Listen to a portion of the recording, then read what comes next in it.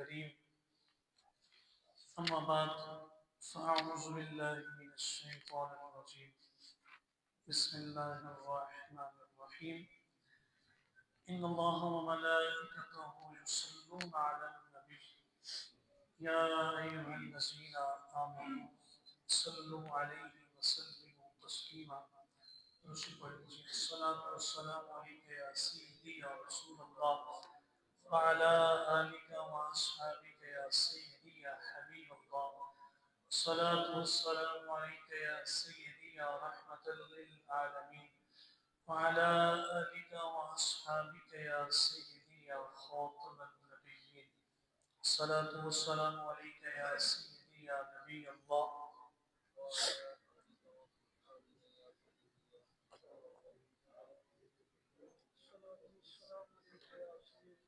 الصلاة والسلام عليك يا سيدي يا رحمة للعالمين وعلى آلك وأصحابك يا سيدي يا خاتم النبيين السلام علیکم ورحمۃ اللہ وبرکاتہ۔ الحمدللہ نماز تراویح میں 10 پارے مکمل ہو چکے ہیں۔ سورۃ الانفال سے آغاز ہوا۔ اس سورت کے 10 رکوع ہیں اور 75 اس کی آیتیں ہیں۔ مدنی سورت ہے، قرآن مجید کے ترتیب کے لحاظ سے 8واں نمبر ہے اور نزول کے اعتبار سے 88ویں یہ سورت ہے۔ انفال مال غنیمت کو کہتے ہیں عربی میں، اس لیے اس سورت کا نام الانفال رکھا کہ اس میں مال غنیمت کا تذکرہ ہے۔ نبی اکرم صلی اللہ تعالی علیہ وآلہ وسلم کے اصحاب کے یہاں پر عظمت شان اور غلاموں کی شان بیان ہوئی، نیک لوگوں کے اوصاف کا تذکرہ اللہ رب العزت نے اس میں فرمایا۔ ارشاد باری تعالیٰ ہے، جو کامل ایمان والے ہوتے ہیں وہ کون ہوتے ہیں؟ فرمایا وہ اللہ سے ڈرتے ہیں، یہ ان کی نشانی ہے۔ آیات الہی سن کر ان کے ایمان کو ترقی ملتی ہے۔ الذین اذا ذکر اللہ وجلت قلوبہم وَإِذَا تُلِيَتْ عَلَيْهِمْ آیَاتُهُ زَادَتْهُمْ ایمانا۔ ایمان ان کا ترقی کرتا ہے، ایمان ان کا ترقی کرتا ہے جب آیات الہیہ سنتے ہیں، اور فرمایا وہ اپنے رب پر توکل کرنے والے ہوتے ہیں۔ مومن اپنے رب پہ بھروسہ کرتا ہے۔ نبی اکرم صلی اللہ علیہ وسلم نے ارشاد فرمایا، قیامت والے دن ایسے 70,000 لوگ جو منتر جنتر نہیں کرتے، فال کے ذریعے چڑیاں نہیں اڑاتے، اپنے رب پر بھروسہ کرتے ہیں، ایسے 70,000 لوگ بغیر حساب و کتاب کے جنت میں جائیں گے۔ اللہ کوئی حساب نہیں ہے۔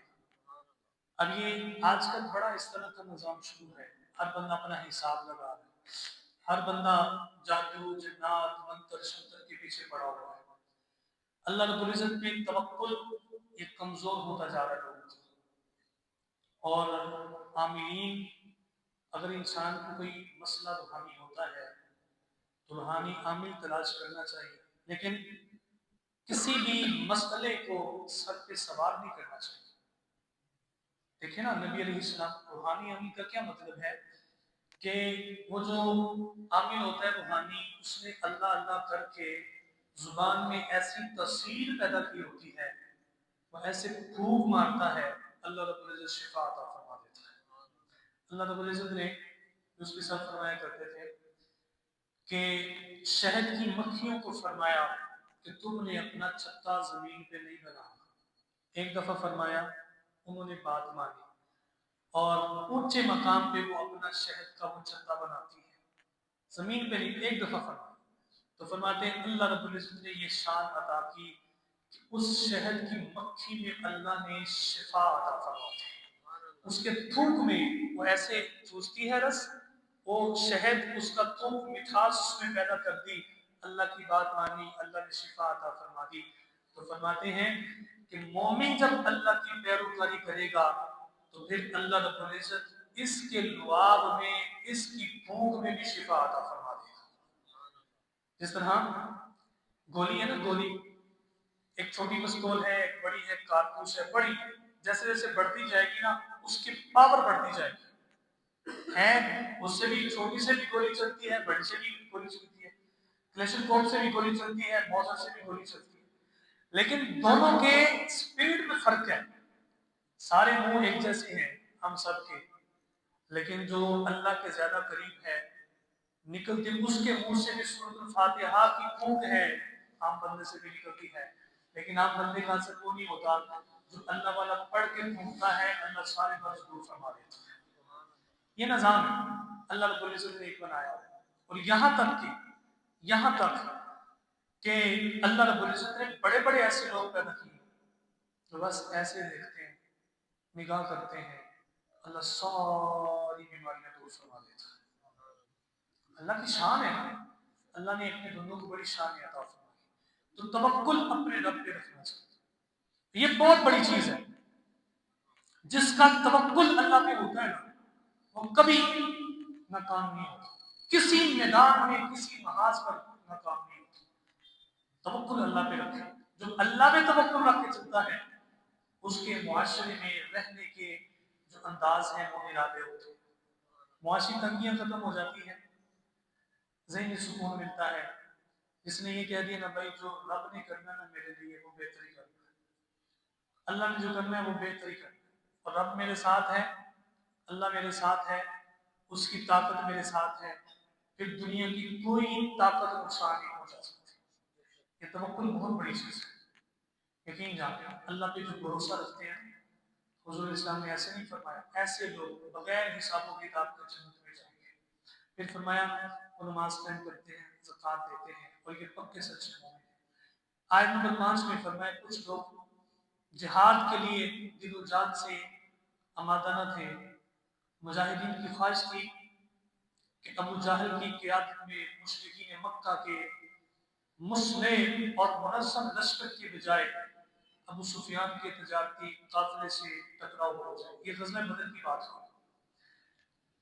جو مجاہدین تھے وہ چاہتے تھے کہ ابو سفیان کا جو قافلہ آ رہا ہے اس میں بڑا مال ہے تو اس کے ساتھ ہماری ٹکراؤ ہو جائے، کیونکہ جب نکلے تھے تو اسی مشن کے لیے نکلے تھے کہ ابو سفیان کے قافلے پر حملہ کرنا ہے، اس کا تعاقب کرنا ہے، اس مقصد کے لیے نکلے تھے کہ وہ ابو سفیان جو مال لے کر لوگوں کا تجارت لیے جا رہا ہے مشرکین کے پاس پہنچے گا، اسلحہ وہ مال مضبوط ہوں گے، اسلام کو مزید نقصان پہنچائیں گے، لیکن اللہ کی مرضی کو چھوڑ دے۔ 313 اصحاب بدر ہیں، چونکہ ان کا مقصد صرف تھا ابو سفیان کے قافلے کو روکنا کہ وہ نہ جائے، جنگ کا مقصد نہیں تھا۔ جنگ کا مقصد تو تب بنا جب ابو سفیان کو پتہ چلا، پھر اس نے مکہ والوں کو خبر پہنچائی، مختلف سردار اور مختلف قبائل کا مال موجود تھا کہ مسلمان تمہارے مال پر قبضہ کرنے آ رہے ہیں۔ ایسے شخص کو بھیجا جس نے وبیلا مچا دیا، پیٹا، رویا، چلایا کہ مکہ والوں اگر آج تم نہ نکلے مسلمانوں کا مقابلہ کرنے کے لیے تو باہو برباد ہو جاؤ گے۔ ان کو جوش آیا، مشرکین کو، دیکھو ایک قافلہ آیا ابو جہل کی قیادت میں جس میں بڑے بڑے رؤساء موجود تھے، اور ان کا مقصد تھا کہ ہم اب مسلمانوں کو تباہ و برباد کر دیں، اس مقصد کے لیے وہ آئے۔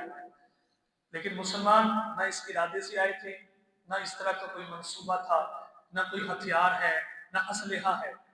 جب یہ موقع پیش آیا، ابو سفیان کا قافلہ تو جا چکا تھا، اب سامنے ابو جہل ہے، اس طرف پیارے نبی صلی اللہ علیہ وسلم اور کچھ صحابہ ہیں، اور دونوں کے پاس اسلحہ بھی موجود ہیں۔ اس وقت پیارے نبی صلی اللہ علیہ وسلم نے پھر اپنے اصحاب سے مشورہ کیا، اور میں صحابہ کیا کہتے ہو، میں چونکہ تمہیں اس لیے نہیں لے کے آیا تھا کہ یہاں پہ جنگ ہو، جنگ میں شہادتیں بھی ہوتی ہیں، جنگ میں اللہ رب العزت کو جانیں بھی پیش کی جاتی ہیں، تم اس ارادے سے نہیں آئے نا گھر بتا کے آئے، کیا کہتے ہو؟ صحابہ کرام کے پیارے نبی صلی اللہ علیہ وسلم مشورے سننا چاہتے تھے، ان کے کومنٹ سننا چاہتے تھے کہ ان کے دل میں اسلام کس قدر بیٹھ گیا، کس قدر محبت ہوگی اسلام، تو کمال جائیں صحابہ کو بڑے تگڑے تگڑے جواب دیے۔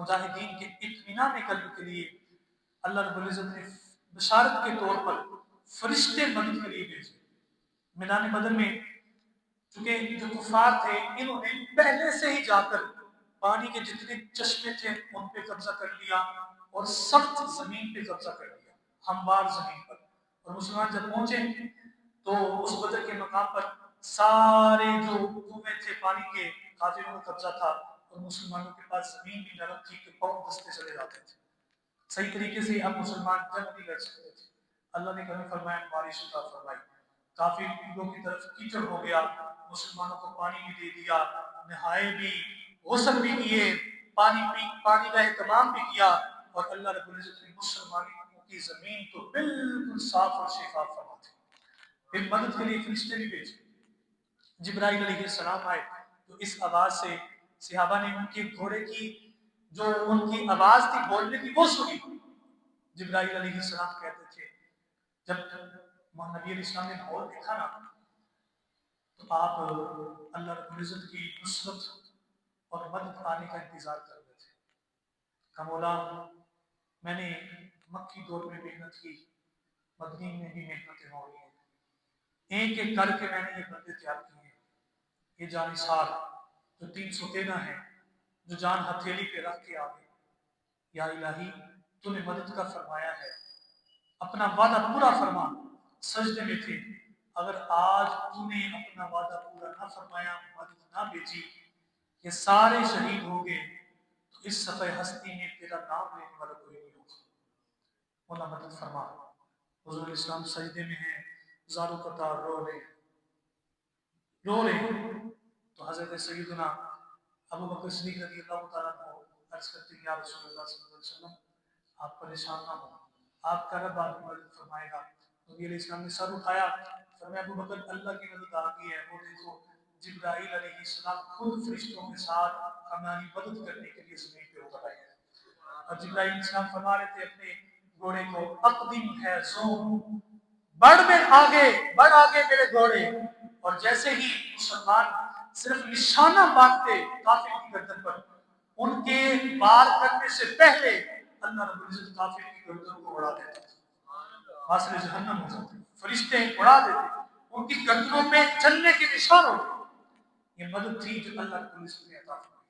بھائی گھر بیٹھے مدد نہیں آتی، ہاں جی گھر بیٹھ کے مدد نہیں آتی، فلسطین کے حوالے سے گھر بیٹھ کے مذمت کرنے سے مدد نہیں آتی۔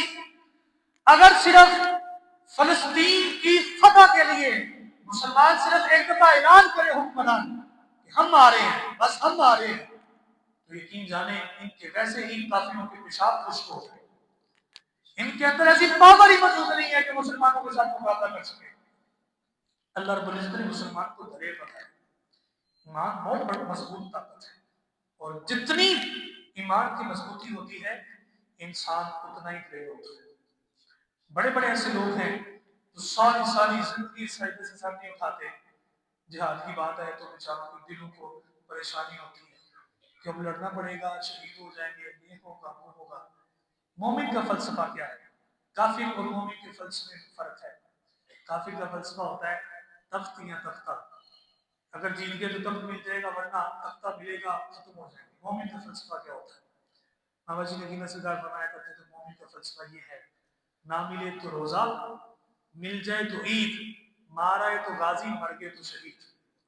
ہر لحاظ سے اللہ نے مومنوں کو عروج دیا ہے، کسی بھی مرحلے میں مومن ناکام نہیں ہے، کسی بھی مرحلے میں ناکام نہیں ہے۔ ایمان مضبوط ہونا چاہیے، اور مومن دلیر ہی تب ہوتا ہے جب ایمان مضبوط ہوتا ہے۔ مومن نہیں فکر کرتا، کیوں؟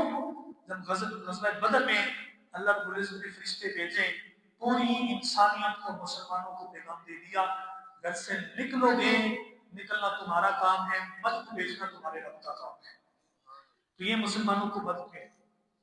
پیارے نبی صلی اللہ علیہ وسلم نے اس وقت ایک راہ بھی آپ نے پکڑی اور کافروں کی طرف پھینکی، اور اللہ رب العزت نے اس وقت فیصلہ بدر کے حق میں عطا فرمایا، اور مسلمانوں کو اللہ رب العزت نے فتح یابی عطا فرمائی۔ پھر آیت نمبر 25 میں یہ فرمایا کہ یہ مت سمجھنا کہ ظالموں کے فتنے کا وبال صرف ان لوگوں تک محدود رہے گا،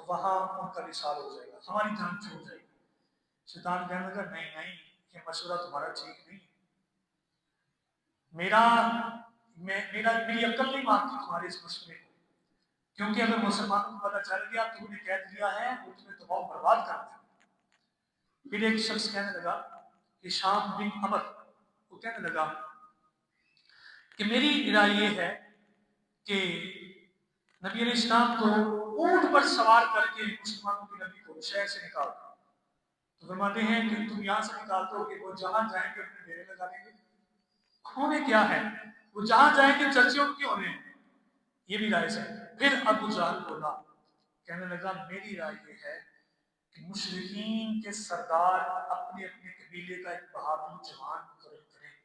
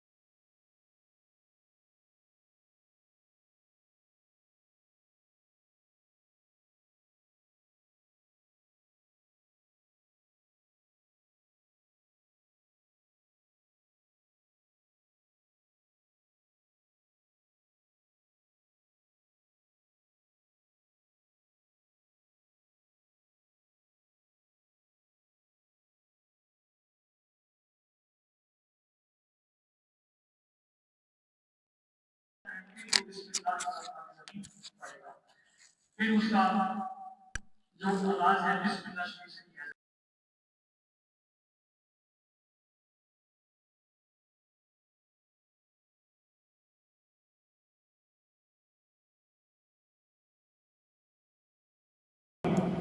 فرمایا یا اسلام قبول کر لو یا جزیہ دے دو یا پھر ہم آ گئے. یا اسلام قبول کر لو یا پھر ہم آ گئے. 4 مہینے کا نوٹس دیا. ہر ایک رات کو جزیے کا حکم تھا کہ 4 مہینے کی مدت دی. اور جن مسلمانوں کے پہلے ایگریمنٹ ہو چکے تھے کافروں کے ساتھ کہ ہم نے لڑنا نہیں, نبی اسلام نے فرمایا 4 مہینے تک تو بھی کسی سے کوئی نہیں لڑنا, ہم نے ٹائم دے دیا ہے. 4 مہینے کے بعد ہمارا پیریڈ ختم ہو جائے گا, پھر مسلمانوں کا محاصرہ کرنا ہے, پھر کریک ڈاؤن کرنا ہے. وہی اسلام لانے کا ہے چونکہ اللہ کا حکم آ گیا محمد الاسلام. اب جتنے یہ کافر ہیں یہ بڑا فتنہ پھیلاتے ہیں, اب یہ جہاں ملتے ہیں انہیں قتل کر دیا جائے تاکہ وہ فتنے باز نہ رہے. پھر اس آیت میں کثرت کے ساتھ اللہ رب العزت نے منافقین کے حوالے سے ذکر فرمائے جنہوں نے طرح طرح کی ہر جگہ پہ چالے چلے. غزوہ حنین کا ذکر ہوا کہ جب مسلمانوں نے اپنی تعداد پہ فخر کیا تو فرمایا تعداد زیادہ ہو کبھی بھی اللہ نعمتیں ادا کرتے, فخر نہیں کرنا بلکہ اللہ کا شکر ادا کرنا ہے, نہیں تو پھر شکست حاصل ہوگی. اس کے بعد ارشاد فرمایا آیت نمبر 23 میں کہ یہودیوں نے عزیر علیہ السلام کو اللہ کا بیٹا بنایا اور نصارہ نے عیسیٰ علیہ السلام کو اللہ کا بیٹا بنایا. اللہ فرماتے ہیں یہ ممکن کی بات ہے. آیت نمبر 34 سے جو علماء و مشائخ یہود کے باطل طریقے تھے کہ لوگوں کو اللہ کے راستے سے روکتے تھے اور سونا اور چاندی جو جمع کر کے رکھتے ہیں ان کے حوالے سے اللہ نے فرمایا جو اپنے سونے چاندی کیش کا مال کا حساب نہیں لگاتے, زکات نہیں دیتے. فرمایا یہ سونا اور چاندی کا قیامت والے دن جہنم کی آگ میں دبایا جائے گا. پھر ان کی جو پیشانیاں ہیں یہ داغی جائیں گی, پہلو داغے جائیں گے, پشت داغی جائیں گے. پھر اللہ فرمائے گا یہ تمہارا خزانہ ہے, اس کا مال چکو. اس کے بعد اللہ رب العزت نے فرمایا کہ مہینوں کی تعداد اللہ کے نزدیک بھی 12 ہے. اس میں 4 مہینے ذوالقعدہ, ذوالحج, محرم اور رجب المرجب ہے. اور اللہ رب العزت نے منافقین کے حوالے سے بات ارشاد فرمایا کہ وہ سستی کرتے ہیں نماز میں سستیاں کرتے ہیں. پھر آیت نمبر 40 میں غار ثور کا اللہ رب العزت نے تذکرہ فرمایا جس میں سیدنا ابو بکر صدیق رضی اللہ تعالیٰ عنہ کی جان ساری کا تذکرہ ہے. آپ غار ثور میں جب تشریف لائے مشرکین پیچھے تعاقب میں تھے. عرض کی یا رسول اللہ صلی اللہ علیہ وسلم یہ تعاقب میں ہے, مجھے اپنی جان کی تو پرواہ نہیں, مجھے یہ خوف ہوتا ہے آپ کی جان کو نقصان نہ پہنچے. تو اللہ نے فرمایا اے حبیب الاسلام آپ اپنے صاحب سے فرما دیں حضرت ابو بکر صدیق رضی اللہ تعالیٰ عنہ سے لا تحزن ان اللہ معنا, غم نہ کھا اللہ ہمارے ساتھ ہے, اللہ ہمارے ساتھ ہے. اور یہ صحابیت صدیق اکبر رضی اللہ تعالیٰ عنہ کی قطعی طور پہ قرآن سے ثابت ہے. اب اگر کوئی آپ کی صحابیت کا ممکن ہو وہ ویسے ہی دائرہ اسلام سے خارج ہو جاتا ہے. آج بھی اللہ صدیق اکبر کے ساتھ ہے, آیت کو کوئی حکم منسوخ نہیں ہوا آج بھی. اور آج بھی صدیق اکبر قبر انور میں رسول اللہ صلی اللہ علیہ وسلم کے ساتھ ہیں. جو انوار و تجلیات حضور پہ نازل ہو رہی ہیں, جو درود حضور پہ پڑھا جا رہا ہے اس صدیق اکبر پہ بھی پڑھا جا رہا ہے, اور بھی خطاب پہ بھی پڑھا جا رہا ہے. یہ بوجھ رکھنے والے جب ہم گئے نا عشق میں بڑے وہاں پہ گئے ہوئے تھے, بڑے گئے ہوئے تھے. اللہ نے کیسا نظام دے دیا, جتنا مرضی صدیق اکبر کا بوجھ رکھ لو, سرکار کی بارگاہ میں آؤ گے صدیق اکبر کی بارگاہ میں بھی آنا پڑے گا, گزرنا پڑے گا یہاں. تو یہ اللہ رب العزت نے ان 2 عظیم صحابیوں کو یہ شان عطا فرمائی. پھر مجاہدین کا اللہ رب العزت نے تذکرہ فرمایا جو مجاہدین ہیں نا یہ مومنوں کے اندر اس طرح کے نظام پھیلاتے ہیں اور انہیں روکتے ہیں جہاد کے لیے. اور منافقین جو ہیں ان کی روش بتائی, نماز میں سستی کرتے ہیں, اللہ کی قسمیں اٹھاتے ہیں اور کہتے ہیں مومنوں کو ہم تمہارے جیسے ہیں. فرمائیے ان جیسے نہیں, اللہ جانتا ہے. پھر آیت نمبر 56 کا 59 اللہ رب العزت نے ان کی دوغلی پالیسی کو ذکر فرمایا کہ جب مسلمانوں کو صدقے کے حوالے سے کوئی معاملات ہوتے ہیں اس میں بھی یہ مسلمان مسلمانوں پر بلاکار کرتے ہیں۔ پھر جو زکوٰۃ کے عاملین ہیں، فقراء، مساکین، عاملین زکوٰۃ، مؤلفۃ قلوب، اور فرمایا کہ گردن آزاد کرنے کے لیے، غلام کو آزاد کرنے کے لیے زکوٰۃ دی جا سکتی ہے، جس پر قرض ہو اسے زکوٰۃ دی جا سکتی ہے، اور جو اللہ کے راستے میں ہے، فی سبیل اللہ کے راستے میں ہے، دن رات اس کا مشن ہے اللہ کے راستے میں کام کرنا، ایسے لوگوں کو بھی زکوٰۃ دی جا سکتی ہے، اور ایسے لوگوں کو سپورٹ کرنا چاہیے، جو اللہ کے راستے میں ہیں، جنہوں نے اپنے آپ کو وقف کر دیا، کماتے نہیں ہیں۔ پھر فرمائے بعض منافق اللہ کے نبی کو اعزاز پہنچاتے ہیں اور کہتے ہیں کہ نبی علیہ السلام معاذ کاموں کے کچے ہیں، جبکہ نبی صلی اللہ علیہ وسلم آپ تمام لوگوں کی بات سننا مومنین کے لیے باعث رحمت ہے، اور جو لوگ رسول اللہ صلی اللہ علیہ وسلم کو اعزاز پہنچاتے ہیں ان کے لیے دردناک عذاب ہے۔ منافق جھوٹی قسمیں کھا کر مسلمانوں کو راضی کرتے ہیں، یقین دلاتے ہیں کہ ہم بھی بڑے سچے مومن ہیں، اللہ فرماتا ہے یہ سچے مومن نہیں ہیں، یہ بلکہ مسلمانوں کا مذاق اڑاتے ہیں، اور اگر ان سے اس کے بارے میں پوچھا جائے تو کہتے ہیں ہم ایسے خوش تو نہیں کرتے۔